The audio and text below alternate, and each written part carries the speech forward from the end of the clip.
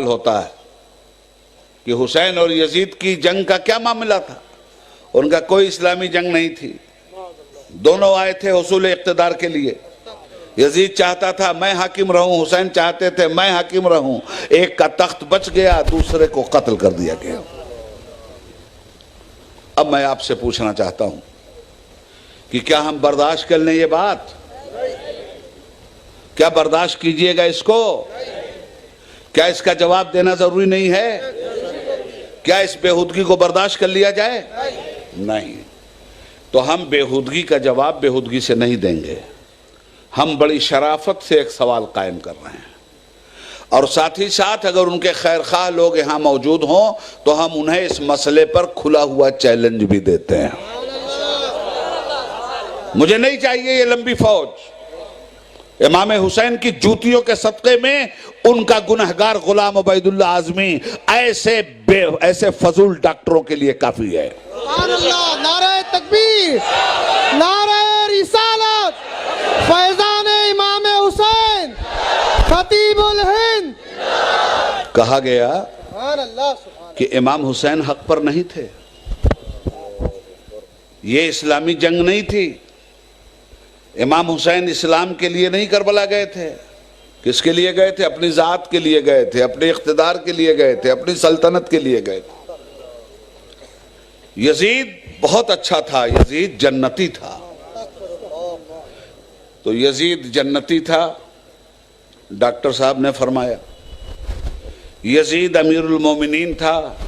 Doctor صاحب نے فرمایا ہو سکتا ہے دو چار ڈاکٹر یہاں بیٹھے ہوں, وہ کہیں صاحب اس ڈاکٹر کا نام بھی تو لے لیجئے ورنہ ہم سب پر انگلی اٹھے گی. یزید رضی اللہ عنہ ہے. ڈاکٹر صاحب نے فرمایا یزید رحمت اللہ علیہ ہے. ڈاکٹر صاحب نے فرمایا ڈاکٹر صاحب کا نام کیا ہے؟ ڈاکٹر ذاکر نائک. انہوں نے اپنے کو شو کیا کیا ہے؟ اسلام کے مبلغ, داعی اسلام. ٹھیک ہے. ہم ڈاکٹر صاحب سے شرافت کی زبان میں ایک سوال پوچھنا چاہیں گے کہ ڈاکٹر صاحب آپ کا اپنا فیصلہ, آپ کا اپنا عقیدہ, آپ کو مبارک. یزید جنتی ہے تو آپ اسی کے ساتھ اس کی جنت میں چلے جائیے گا. ہم لوگوں نے جس جنت کے بارے میں پڑھا ہے اس جنت کا تعارف قرآن نے کروایا. اس جنت میں کون لوگ جائیں گے قرآن نے بتایا ہے. اس جنت کا سردار کون ہوگا یہ صاحب قرآن نے بتایا ہے. جنت میں کون جائیں گے؟ مومنین. بتایا کس نے؟ قرآن نے. جنت کے سردار کون ہیں جنت کے لوگوں کے؟ امام حسین اور امام حسن. بتایا کس نے؟ جن پر قرآن نازل ہوا اس رسول نے. رسول کی زبان کی حقیقت کیا ہے؟ وَمَا يَنْتِقُ عَنِ الْهَوَىٰ إِنْ هُوَ إِلَّا وَحْيٌ يُوحَىٰ. میرا حبیب اپنی خواہش سے کچھ نہیں بولتا, یہ وہی بولتا ہے جو وحی خدا ہوتی ہے. تو اب ہم نے قرآن و حدیث کی روشنی میں یہ جانا کہ جنت میں مومن جائے گا, اور جنتیوں کے سردار کا نام, جنتی مردوں کے سردار کا نام حسنین ہے, امام حسن امام حسین. جنتی عورتوں کے سردار کا نام شہزادی رسول ہے, سیدہ فاطمہ صلوات اللہ علیہا. بات کلیئر ہو گئی؟ کہاں سے کلیئر ہوئی ہے؟ زبان رسالت سے. قرآن کہتا ہے ہم ظالم کو ہدایت نہیں دیتے. قرآن کہتا ہے غیر مومن نہیں جائے گا جنت میں. اب آئیے ذرا سا چہروں کو دیکھیں. حسین کے خلاف ڈاکٹر ذاکر نائک کے دل میں اگر اتنا بغض و حسد ہے جس کا انہوں نے اظہار کیا, مجھے ان سے کچھ نہیں کہنا ہے. مجھے تو صرف یہ کہنا ہے کہ آپ کو بغض و حسد اس سے ہے جس سے محبت مصطفیٰ کو ہے. جس سے محبت خدا کو ہے، جس سے محبت صحابہ اور اہل بیت کو ہے، جس سے محبت تمام مسلمانوں کو ہے، تمام مومنین کو ہے، آپ کو اس سے بغض و عداوت ہے؟ وہ حق پہ نہیں تھا، ان کے مقابلے میں آپ کہتے ہیں یزید حق پہ تھا۔ یزید کو امیر المومنین کہنا چاہیے، یزید کو رحمت اللہ علیہ کہنا چاہیے، یزید کو رضی اللہ عنہ کہنا چاہیے۔ ٹھیک ہے، کہیے آپ، ہم آپ کو نہیں روک رہے ہیں، مگر ہم آپ سے ایک علمی سوال تو کریں گے کہ رضی اللہ عنہ کا مطلب کیا ہوتا ہے؟ اس لیے کہ یہ جملہ آپ نے قرآن سے لیا ہے، یہ قرآن کی ایک مقدس آیت کا مختصر سا ٹکڑا ہے۔ رضی اللہ عنہ، اللہ ان سے راضی ہے، یہ صحابہ کے لیے ہے۔ کیا یزید صحابی تھا؟ نہیں۔ اچھا چلیے، غیر صحابہ کے لیے بھی اگر یہ جملہ اعزازی طور پہ بولا گیا تو میں آپ سے یہ پوچھنا چاہتا ہوں کہ یزید کا وہ کون سا کارنامہ تھا جس کی بنیاد پہ وہ رضی اللہ عنہ ہے؟ اللہ کو خوش کرنے والا کوئی کام نہ کیا ہوگا اس نے، تبھی تو آپ اس کو رضی اللہ عنہ کہہ رہے ہیں نا۔ اللہ کی رحمتوں والا کوئی کام کیا ہوگا نا اس نے، جبھی تو آپ اس کو رحمت اللہ علیہ کہہ رہے ہیں۔ کیا کام تھا اس کا؟ ڈاکٹر ذاکر نائک صاحب، آپ کا جو رضی اللہ عنہ تھا اس کا کام بتاویں ہم آپ کو۔ 60 ہجری میں تخت نشین ہوا، 36 سال کی عمر میں بادشاہ بنا، 3 سال تک حکومت اس نے کیا، اللہ کے بندوں کو ظلم و جبر کی چھری سے ذبح کیا، 4تھے سال جہنم میں چلا گیا، اس لیے کہ حسین کی جنت میں تو جانے سے رہا۔ سردار جنت ہی کو قتل کرے اور سردار جنت ہی کی جنت میں جائے، اور جنت کے سردار حسین ہیں، یہ رسول مختار فرمائیں، تو کہاں گیا؟ شداد کی جنت میں؟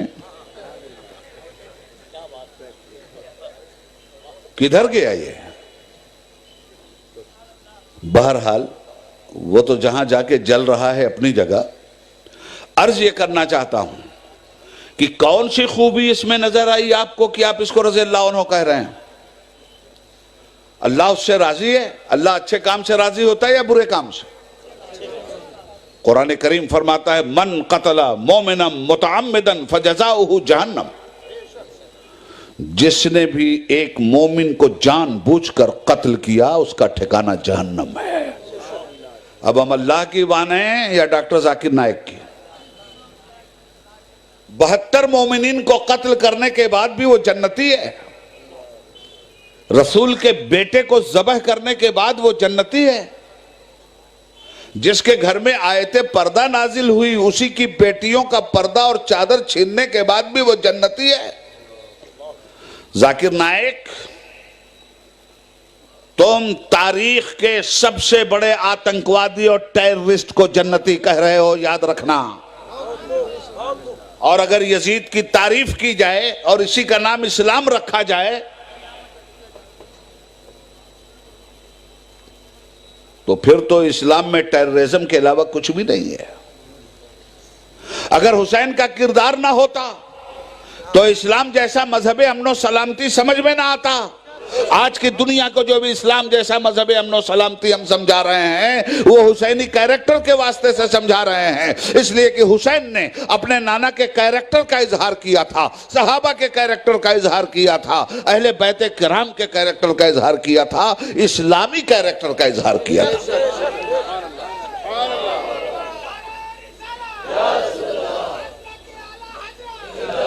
مگر یہ یزید کا کردار کہیں سے اسلامی کردار، ظلم اسلامی کردار ہے؟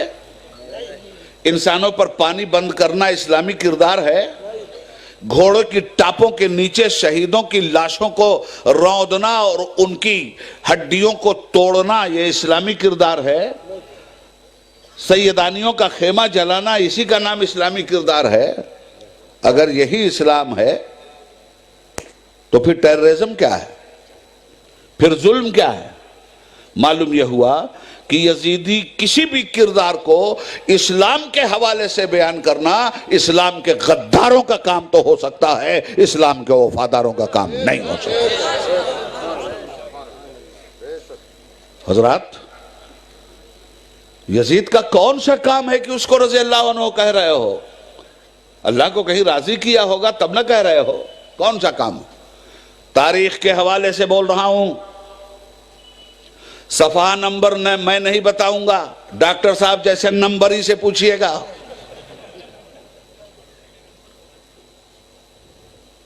3 سال یزید کے اور 3 کارنامے یزید کے ذہن میں رکھ لیجئے گا، شاید کسی نے نہ سنایا ہو آپ کو، اور سنایا بھی ہو تو اس طرح نہ سنایا ہو۔ یزید کی حکومت کے 3 سال، 3 سال میں الگ الگ ایک کارنامے۔ پہلے سال کا کارنامہ اہل بیت مصطفیٰ کا قتل، کربلا میں انسانیت کی تاریخ کے شامیانے میں آگ لگا دیا گیا۔ یہ یزید کی حکومت کے پہلے سال کا کارنامہ۔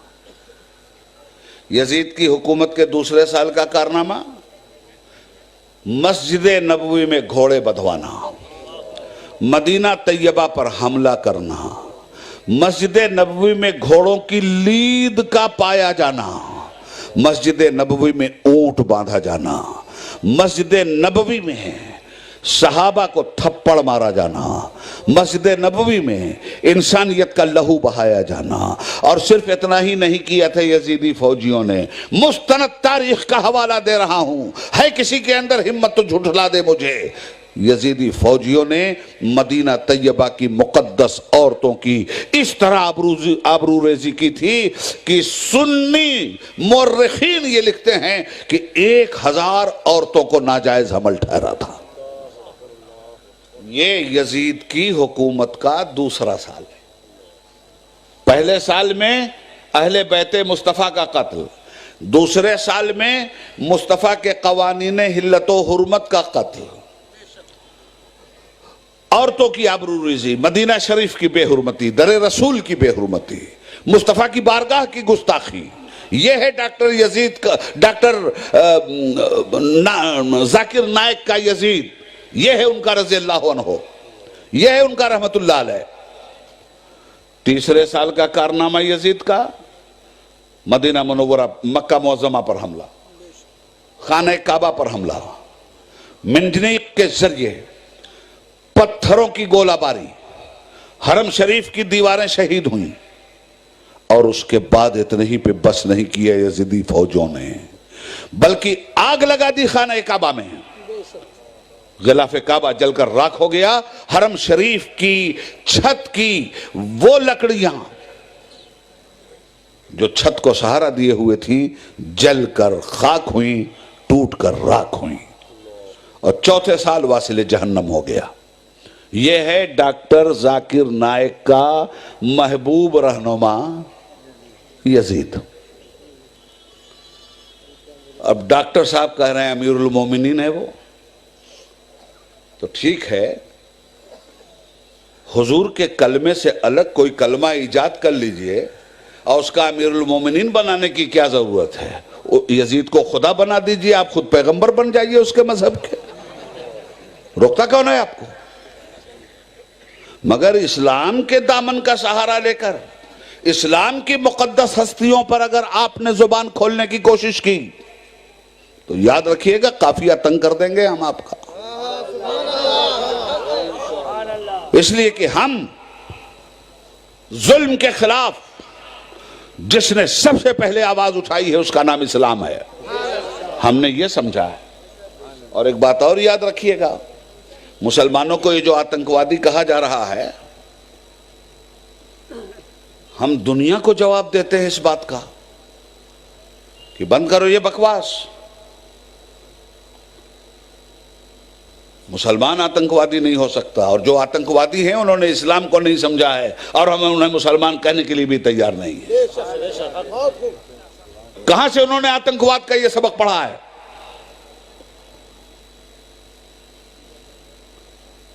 امن اور شانتی کا سبق حسین نے پڑھایا ہے۔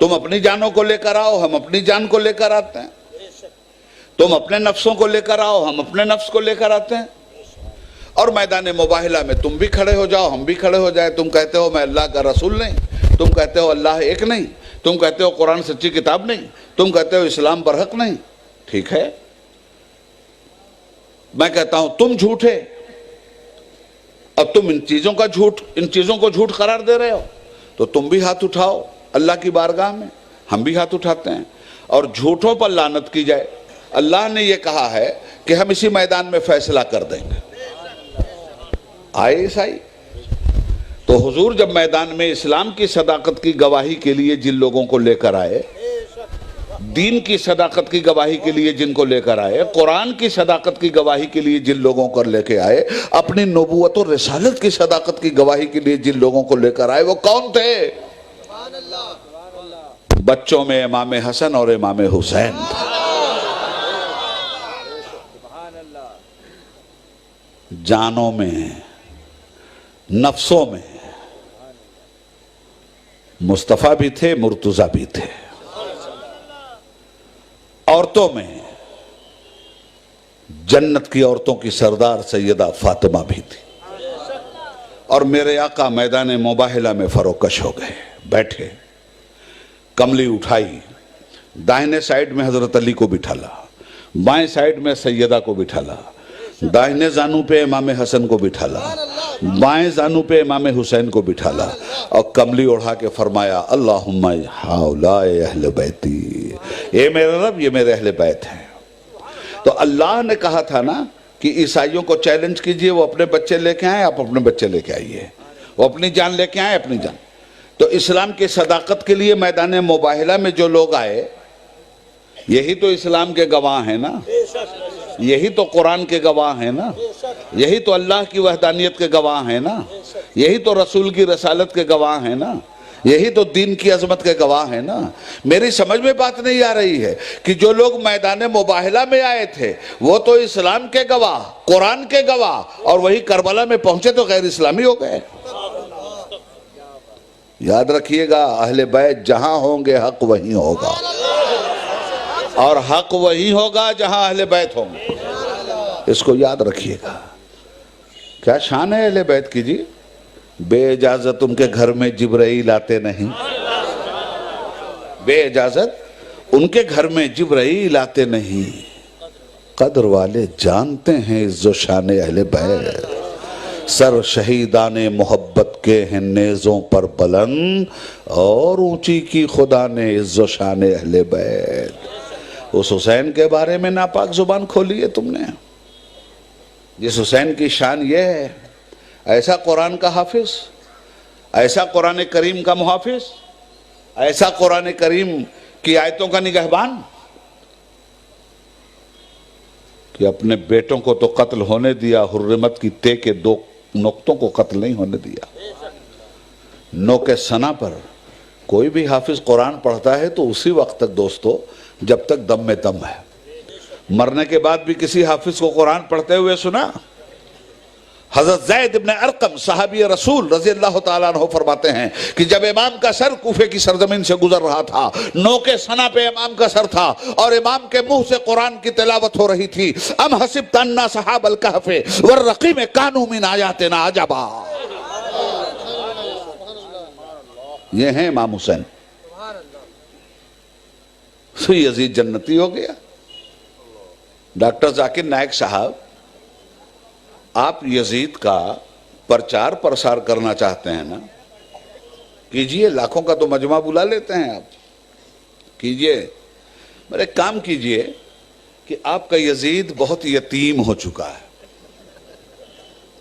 بڑا یہ لفنگا لچا نادار ہو چکا، کوئی پوچھتا نہیں ہے اس کو. ہمارے حسین سے پہلے تاریخ میں بہت تلاش کرنے کے بعد شاید یہ نام 2-4 جگہ مل جائے، مگر شہادت حسینی کے بعد ایسا زندہ ہوا ہے یہ نام کہ ہر گلی میں، ہر کوچے میں، ہر محلے میں، ہر گاؤں میں، ہر قصبے میں، ہر شہر میں، نگر نگر، سفر سفر، ہزار ہزار، کوئی جگہ ایسی نہیں ہے جہاں حسین کسی نہ کسی شکل میں موجود نہ ہو۔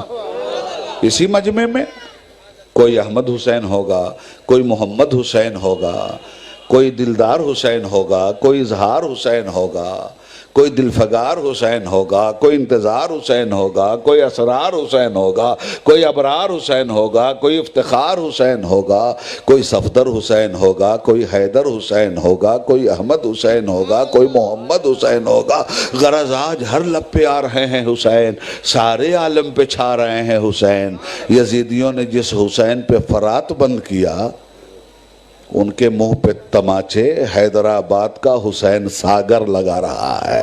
تالاب ہی کا نام ہے حسین ساگر۔ حضرات، حسین گنج، حسین نگر، محلے حسین کے نام سے، شہر حسین کے نام سے، حسن پور، حسن نگر، قاسم پور، قاسم نگر، اکبر نگر، اکبر پور۔ سبحان اللہ، واہر کربلا کے شہیدوں، سبحان اللہ، کیا تم سے متاثر ہوا ہے سارا جہان؟ ہر قدم پہ تمہاری رہگزر، ہر قدم پر تمہارے وفا کی چاندنی چھٹکی ہوئی ہے، بکھری ہوئی ہے۔ یزید نگر دکھاؤ۔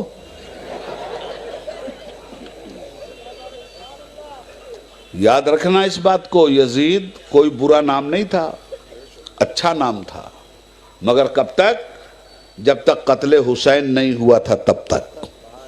اس لیے کہ ہم تاریخ میں مسلمانوں کا نام یزید پڑھتے ہیں، مگر یزید نے اتنا برا کام کیا، انسانیت کو ذبح کیا، اسلامی عظمت کو ذبح کیا کربلا میں، تو نتیجے میں مسلمانوں نے اتنی نفرت کیا کہ مسلمانوں نے اپنے سماج سے اس کے نام کو نکال کے شیطان کی طرف پھینک دیا۔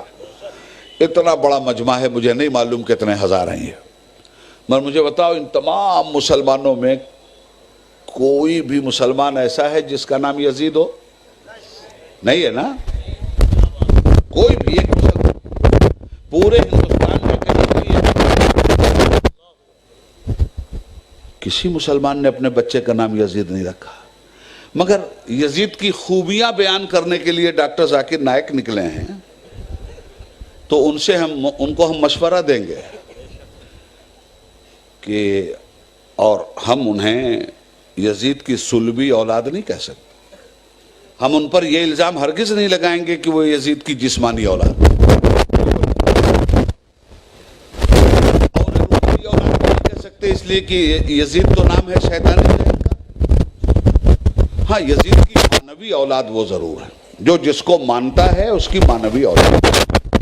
ہم امام حسین کی معنوی اولاد، ہم امام حسین کی روحانی اولاد، وہ بھی قبول کریں اپنے آپ کو کہ وہ معنوی اولاد ہیں یزید کی، جس طرح ہم فخر کے ساتھ کہتے ہیں کہ ہم حسین کی معنوی اولاد ہیں، ہم حسین کی روحانی اولاد ہیں۔ حسین کی تو جسمانی اولاد بھی سادات کی شکل میں موجود ہے، اور حسین کی معنوی اولاد بھی امت مصطفیٰ کی شکل میں موجود ہے۔ تو حسین کی تو جسمانی اولادوں کا بھی پتہ ہے اور معنوی اولادوں کا بھی۔ ڈاکٹر ذاکر صاحب، میں آپ پر اتنا بڑا بلیم نہیں لگاؤں گا کہ آپ یزید کی صلب سے پیدا ہوئے ہیں، نہیں، میں نہیں کہہ سکتا، مگر معنوی اولاد تو ضرور کہوں گا آپ کو۔ تو اولاد کا کام کیا ہوتا ہے؟ باپ دادا کے نام کا چرچا، باپ کا نام زندہ رکھنے کے لیے اس نام کو زندہ رکھا جائے۔ تو آپ نے جب شروعات کی ہے تو گورنمنٹ میں جا کے رجسٹریشن کروائیے، اگر کوئی اپنا نام بدلنا چاہے تو جا کے بدلوا سکتا ہے، سرٹیفکیٹ حکومت دے دیتی ہے، اپنے ہی سے شروع کر دیجئے۔ اب پوسٹروں میں ڈاکٹر ذاکر نائک مت لکھوائیے گا، ڈاکٹر یزید نائک لکھوائیے گا۔ ارے نائک صاحب، صحیح معنوں میں تو آپ ہیں کھل نائک، کھل چھپا دیا ہے، نائک دکھا دیا ہے، آپ ہیں کھل نائک۔ داڑھی لگتا ہے نجد سے ادھار مانگ کے لائیں،